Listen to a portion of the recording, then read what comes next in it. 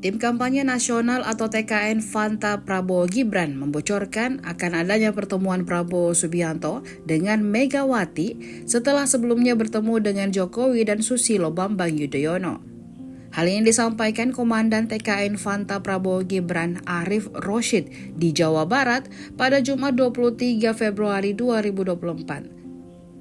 Arif Roshid menyebut Capres 02 akan meneruskan kebaikan presiden-presiden sebelumnya jika terpilih nantinya. Menurutnya, Bapak Prabowo berkali-kali berkesempatan menyampaikan bahwa beliau menghormati dan ingin meneruskan kebaikan dari sejumlah presiden sebelumnya.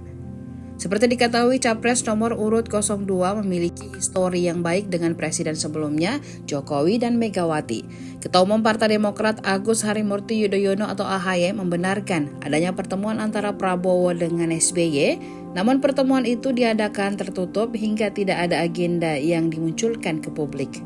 Download Tribun X sekarang, menghadirkan lokal menjadi Indonesia.